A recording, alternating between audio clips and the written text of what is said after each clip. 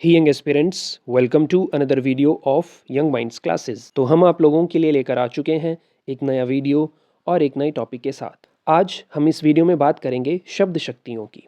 लेकिन उससे पहले अगर आप चैनल पर नए हो तो हमारे चैनल को सब्सक्राइब कर लो और हमारे डिस्क्रिप्शन बॉक्स में टेलीग्राम चैनल और व्हाट्सएप चैनल का लिंक दिया है, तो आप उसे भी ज्वाइन कर सकते हो। तो आज के टॉपिक की हम बात करेंगे और आज का टॉपिक जैसा कि मैंने बताया वो है शब्द शक्तियाँ। क्या होती है शब्द शक्तियाँ, कितने भेदों में इसे बांटा गया है और क्या क्या उसके अर्थ होते हैं, उन सब के बारे में हम बात करेंगे। तो सबसे पहले समझ लेते हैं शब्द। आप सबने एक कहावत तो सुनी ही होगी, पहले तोलो फिर बोलो, जिसका अर्थ होता है कि बोलने से पहले हमें अपने शब्दों का चयन कर लेना चाहिए ताकि हम कुछ ऐसा ना बोल बैठें जो सामने वाले को चुभ जाए। बस वही शब्द शक्तियाँ हैं। उदाहरण अगर हम समझें, जैसे रमेश की गाय 5 किलो दूध देती है। अब यहाँ पर जो वाक्य दिया है वो हमें साफ जाहिर कर रहा है कि रमेश के पास एक गाय है और जो 5 किलो दूध देती है। वहीं एक और उदाहरण सुनिएगा, सुमित्रा की बहू तो निरी गाय है। अब यहाँ पे जो सुमित्रा है वो एक इंसान, एक मनुष्य है, तो वो गाय यानी पशु तो नहीं हो सकती। तो यहाँ पे गाय का जो शाब्दिक अर्थ है वो है साफ दिल या नेक इंसान से। तो सुमित्रा की जो बहू है वो नेक इंसान है, वो एक ईमानदार है। ठीक है, यही है हमारे शब्द जो हमारे मन, कल्पना और अनुभूति पर प्रभाव डालता है। चलिए इसको थोड़ा और ज़्यादा जानने की कोशिश करते हैं। तो शब्द शक्तियों को 3 भागों में बांटा गया है, अभिधा, लक्षणा और व्यंजना। अभिधा क्या होता है? वाचक, यानी एक ऐसा शब्द जिसका मुख्य अर्थ जो है वही हमने हमारे वाक्य में प्रयोग किया है। बात समझ में आ गई? और लक्षणा क्या होता है? किसी शब्द का वह अर्थ जो उसके सीधे अर्थ से अलग हो, वो आपका लक्ष्यार्थ यानी लक्षणा कहलाता है। वहीं व्यंजना का अर्थ होता है सूक्ष्म और छिपा हुआ अर्थ, एक हिडन मीनिंग। कोई अक्षर है, उसको हमने प्रयोग में तो ला दिया लेकिन उसका जो मीनिंग था वो कुछ और था। तो इसको अब हम समझेंगे। सबसे पहले बात कर लेते हैं अभिधा शक्ति की। शब्द की जिस शक्ति से किसी शब्द के सबसे साधारण अर्थ का बोध होता हो वही अभिधा शक्ति या अभिधा शब्द शक्ति कहलाती है। जैसे राजा दशरथ अयोध्या के राजा थे, तो यहाँ पे हमें बिल्कुल साफ साफ पता चल रहा है कि राजा दशरथ अयोध्या, ये दोनों आपस में जुड़े हुए बातें हैं और वो वहाँ के राजा हुआ करते थे। और दूसरा उदाहरण, गुलाब का फूल बहुत सुंदर होता है, तो ये भी सबको मालूम है और कोई भी इस चीज़ को टाल नहीं सकता, सबको ये चीज़ पसंद है। एक और उदाहरण, मोहन पुस्तक पढ़ रहा है, तो यहाँ पे भी पुस्तक, पढ़ना, मोहन, हर एक अक्षर अपना जो एक्चुअल मीनिंग है वही बता रहा है। गाय घास चर रही है, तो ये सारे आपके हो गए अभिधा शब्द शक्ति। नेक्स्ट हम बात करेंगे लक्षणा की। अब लक्षणा शब्द शक्ति में क्या आता है? जब किसी शब्द के मुख्यार्थ में बाधा हो, कोई अड़चन आ जाए, तो वो अभिधा से अभिष्ट यानी अलग अर्थ का बोध कराता हो, वही लक्षणा कहलाती है। जैसे उदाहरण के लिए, असली तलवारें मैदान में आ गई। अब सुनने में थोड़ा सा अटपटा लग रहा है। तलवार तो वैसे एक सजीव वस्तु नहीं है, लिविंग थिंग नहीं है, तो वो कैसे मैदान में आ सकती है? तो अब यहाँ पे सोचने वाली बात है कि इसका अर्थ क्या निकल के आएगा। तो इसका जो एक्चुअल मीनिंग बनेगा वो है कि एक वीर सैनिक मैदान पर आ चुका है या बहुत सारे वीर सैनिक मैदान पर आ चुके हैं। तो यही आपका हुआ लक्षणा शब्द शक्ति। समझ में आ गई बात? असली तलवारें मैदान में आ गई जब किसी शब्द के मुख्यार्थ में बाधा हो। ठीक है, एक और एग्जाम्पल देखते हैं, राजेश का पुत्र तो ऊंट हो गया है। अब आप खुद सोचिए, राजेश एक मनुष्य का नाम और पुत्र ऊंट हो गया, थोड़ा सा अटपटा लग रहा है ना सुनने में। तो यहाँ पे ऊंट से, यस आप लोगों को अब तक पता चल चुका होगा, ऊंट से अर्थ हो गया कि वह अधिक लंबा हो गया है। तो राजेश का पुत्र अधिक लंबा हो गया है, ऐसा ना बोल के हमने ये कह दिया कि उसका पुत्र तो ऊंट हो गया है।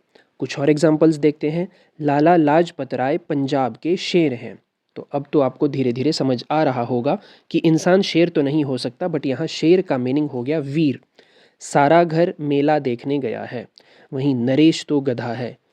कई बार हम एक दूसरे को कह देते हैं ना, तू तो गधा है, तो वो उस गधे का अर्थ वहाँ पे ये होता है कि वह मूर्ख है, उसको ज़्यादा पता नहीं है। वहीं वह हवा से बातें कर रहा था। अब हवा से तो बातें करना मतलब थोड़ा सा अटपटा तो लगेगा ही, तो वहाँ हवा से बातें करने का मतलब है कि वो बहुत तेज़ गाड़ी, बाइक या कोई भी वस्तु जो भी चला रहा है उसको बहुत तेज़ दौड़ा रहा था।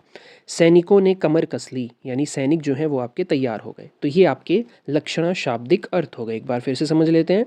जब किसी शब्द के मुख्यार्थ में बाधा हो, उसका जो मेन मीनिंग है उसमें बाधा अड़चन आ जाए, वही लक्षणा शब्द शक्ति कहलाती है। अब तीसरे की बात करते हैं जो है हमारे पास व्यंजना शब्द शक्ति। जब किसी शब्द का अर्थ न अभिधा से प्रकट होता और न लक्षणा से, बल्कि किसी अन्य अर्थ को ही प्रकट करता हो, वह व्यंजना शब्द शक्ति कहलाता है।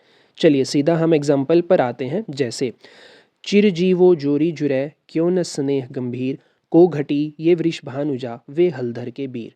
अब वैसे तो ये हमें एक पंक्ति लग रही है, इसका मीनिंग क्या बनता है उसको समझते हैं।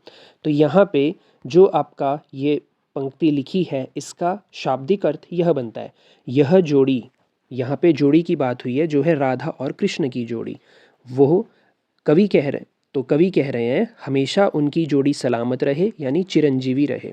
और इनके बीच गहरा प्रेम स्नेह की जो बात करी है वो क्यों न हो, आखिर दोनों किसी से कम थोड़ी ना है।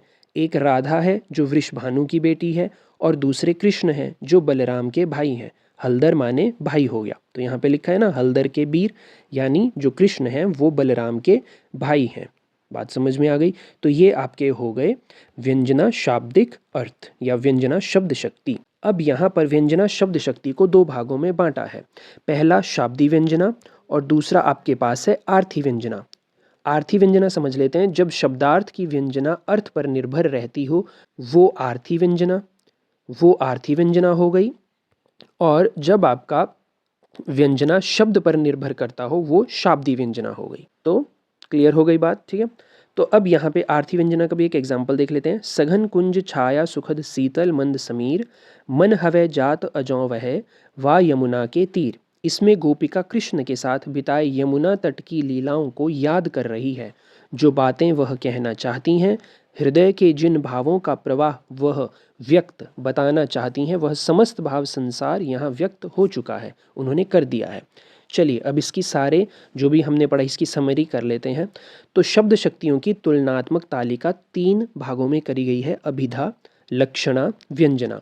तो आपके पास जैसे पहला था अभिधा, वहाँ पे हम किसी भी शब्द का अर्थ उसका मुख्य अर्थ यानी मेन मीनिंग, मुख्यार्थ जिसे बोला गया वही ले लेते हैं, जो सर्वविदित सरलार्थ हो, सब जगह जिसका सेम मीनिंग हो। जैसे तुम्हारा पुत्र मूर्ख है, हम किसी को कह देते हैं कि ये मूर्ख है, इसे पता नहीं लगता, तो सबको पता है कि ठीक है मूर्ख, ओके। Less intelligent. वहीं लक्षणा, ये एक रूढ़ या प्रयोजनार्थ, तो ये एक रूढ़ या प्रयोजनार्थ शब्द का प्रयोग करता है। जैसे तुम्हारा पुत्र गधा है, हमने मूर्ख नहीं बोल के उसको गधा बोल दिया, तो यहाँ से भी समझने वाला समझ जाएगा कि मुझे मूर्ख ही बोला है।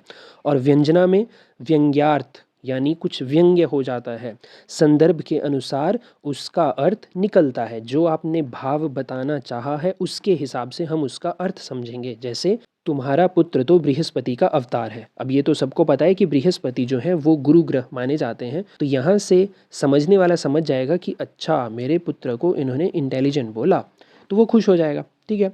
तो इसी के साथ हमारा आज का वीडियो यहीं कंप्लीट होता है।